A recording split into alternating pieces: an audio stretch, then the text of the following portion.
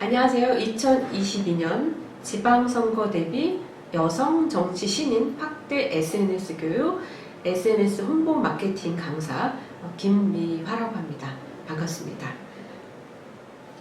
오늘은 우리가 SNS 홍보에 대해서 교육을 할 건데요.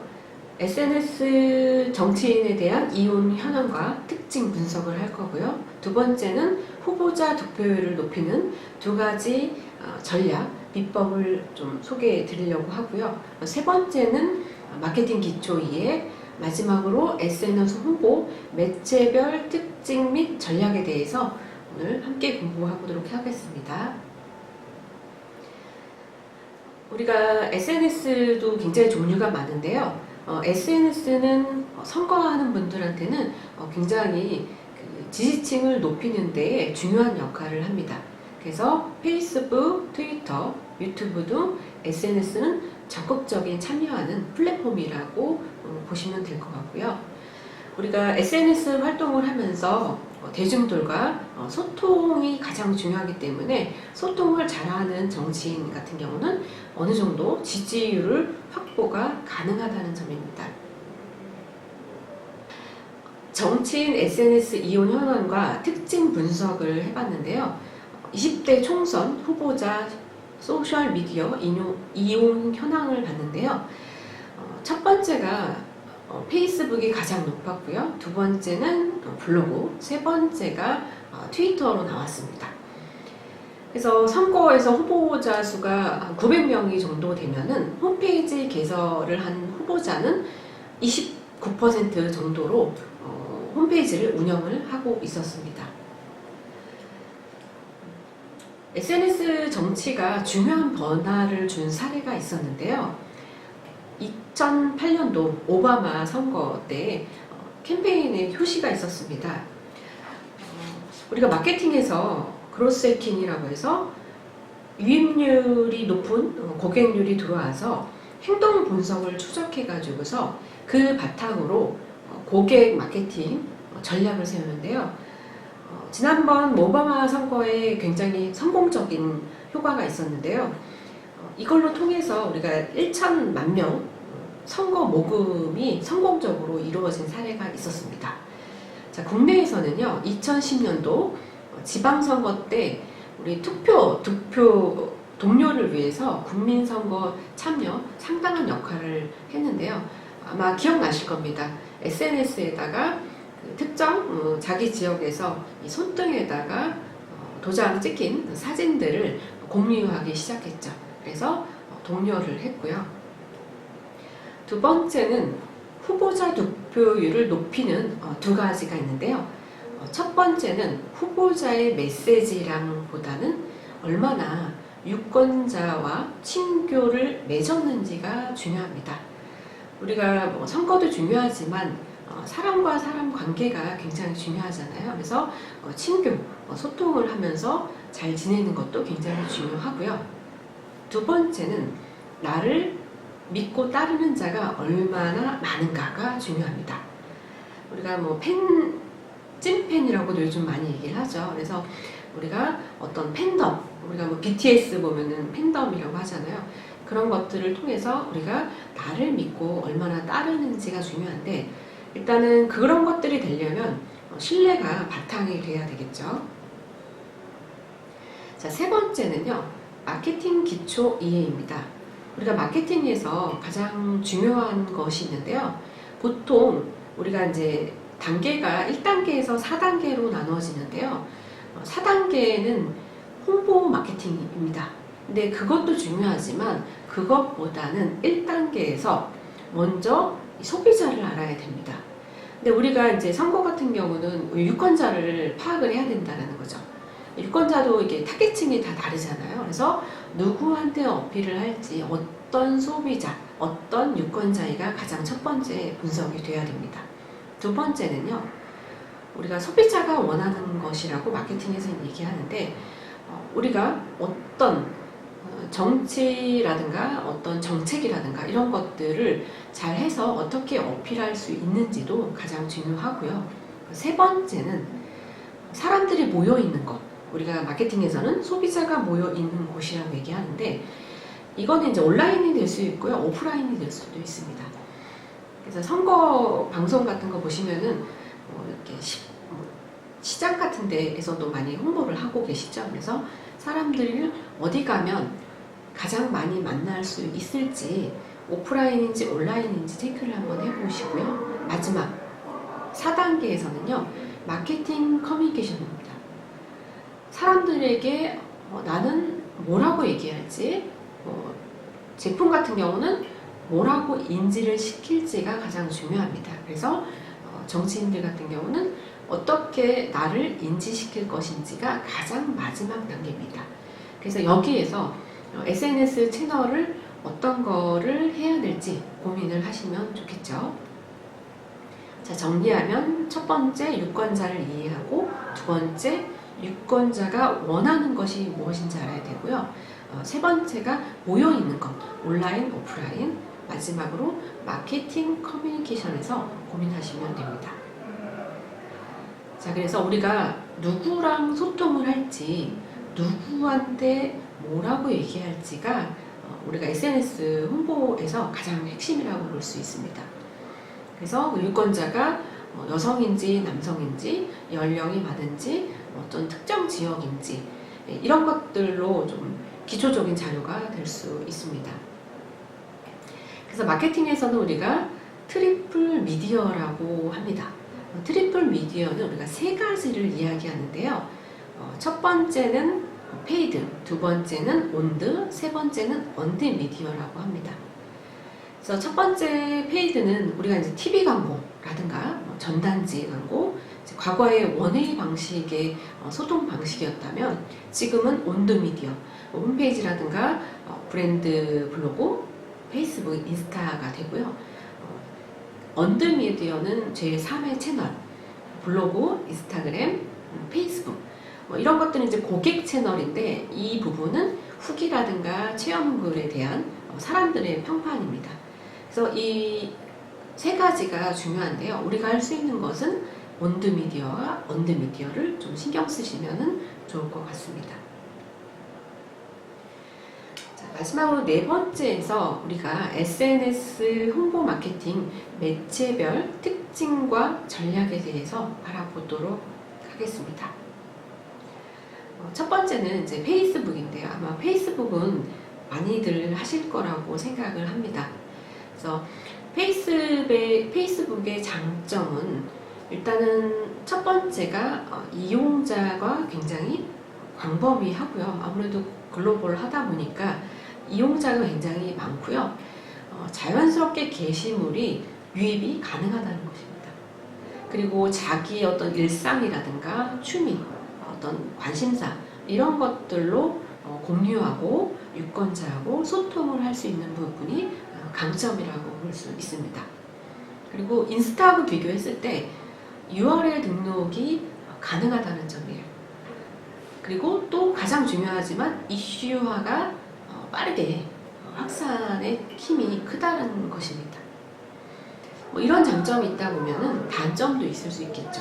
단점은 자신이 원하지 않는 게시물이 노출이 될 수 있다라는 점과, 그리고 광고가 좀 많다라는 겁니다. 네, 어쩔 수 없지만, 그래서 단점은 이렇게 기억하시면 좋을 것 같고요. 자, 두 번째는 네이버 블로그를 좀 말씀드리려고 해요. 저는 개인적으로 이 네이버 블로그가 좀 중요하다고 생각을 합니다. 네이버 같은 경우는 우리가 이제 장점인데, 첫 번째, 삶의 기록이 됩니다. 이 삶의 기록이 된다는 거는 뭐 일상이든 자기 어떤 성장 과정이라든가, 아니면 정치에 어떤 관심을 갖고 왜 이런 일을 하게 되었는지라든가, 그런 부분에 대해서 기록을 천천히 하시면 좋을 것 같고요. 그리고 또 비즈니스가 연결이 됩니다. 그리고 홍보 채널이 가능하다라는 거예요. 그래서 블로그에다가 우리가 뭐 위젯으로 페이북이라든가 인스타 같은 것도 다 등록이 가능해요. 그래서 그런 부분들을 조금 확장시키는 측면에서 중요하다고 볼 수 있습니다. 그리고 또 중요한 건요, 데이터 분석이 가능해요. 데이터 분석은 아까 말씀드렸듯이 그로스 해킹이라고 해서 유입한 사람들이 어떤 키워드로 들어왔는지 또 연령층을 볼 수가 있어요. 뭐 100% 완벽한 정보라고 할 수는 없지만 네이버 블로그에다 글을 쓰시다 보면은 어떤 분들이 어떤 유입 키워드로 들어오셨는지 어떤 타겟들이 왔는지를 알 수가 있습니다. 그래서 이게 가장 중요하다고 저는 생각을 하고요. 그 다음에 소통과 공감이 활발합니다. 아무래도 블로그 같은 경우는 글이 기반이기 때문에 영상도 넣을 수 있고요. 사진도 그렇고 글로 또 컬럼이라든가 이런 걸로 소통을 하실 수가 있습니다. 그래서 홍보 매체 중에서는 어찌 보면은 가장 중요한 매체 유입이 활발하다라고 보시면 좋을 것 같고요. 그리고 이제 단점은 포스팅 시간이 좀 많이 걸립니다. 네. 그래서 제가 이제 소상공인들 타겟으로 해서 강의를 하고 있는데 그분들은 좀 SNS 중에서도 이제 좀 쉽게 인스타를 많이 하시는데요. 뭐 인스타냐 블로그냐 페북이냐 이거보다도 일단은 내가 주력할 수 있는 타겟이 모이는 곳에서 하시는 게 가장 중요하고요. 두 번째는 내가 꾸준히 지속적으로 잘 할 수 있는지 이게 두 번째로 중요합니다. 아무리 좋아도 내가 꾸준히 하기 어렵다면은 홍보 매체 선택에 있어서 좀 고민을 해보셔야 될 것 같습니다. 자, 그리고 단점은 포스팅 시간이 아까 많이 걸린다고 그랬죠. 최소한 30분에서 1시간 정도 걸릴 수 있습니다. 그래서 1일 1포라고 많이 하는데요. 그냥 그거보다는 일주일에 한 2번 정도 한다. 좀 계획을 세우셔서 글을 쓰시면 좋을 것 같습니다. 그리고 유입되는 데까지는 좀 시간이 걸려요. 이게 마라톤이기 때문에 좀 장기간 계획도 필요하고요. 꾸준히 하는 거를 좀 추천드립니다. 자, 그 다음에 트위터 같은 경우는요. 트위터도 많이 하실 것 같은데 좀 조작이 좀 간단하고요. 그리고 좀 편리하게 사용하실 수가 있습니다. 그리고 접근이 가능하다, 용이하다. 그리고 마찬가지로 정보 전달이 빠르다라는 점입니다. 단점은 아무래도 이제 사생활 노출이 있고 불확실한 정보 유출이 있을 수도 있다라는 거예요. 그리고 편향된 정보를 줄 수 있다. 그리고 미디어 비평 수단이 될 수 있기 때문에 조심하는 것도 필요하겠죠. 자, 그 다음에 핫한 플랫폼이라고 할 수 있는데요. 우리가 인스타그램 많이 하실 것 같아요. 그래서 인스타그램 같은 경우는 좀 사진 기반이기 때문에 사진으로 좀 쉽게 올리실 수가 있어요. 그래서 내용 파악이 좀 쉽고, 그러니까 MZ세대들 같은 경우는 긴 텍스트보다는 좀 다를 수도 있겠지만 사진을 좋아하거나 영상을 좋아하는 사람들이 좀 많다고 합니다. 그래서 사진 기반의 해시태그를 달아서 사용할 수 있는 SNS 홍보 채널이라고 볼 수 있고요. 그리고 좀 글이 적어요. 그래서 공감을 하거나 사진을 좀 잘 찍으셔야 됩니다. 네. 그리고 텍스트로도 표현이 가능하다라는 거예요. 그리고 이제 글로벌하죠. 아무래도 인스타는 페북과 같은 회사이기 때문에 또 연동도 가능하다라는 점 체크하시면 좋을 것 같습니다.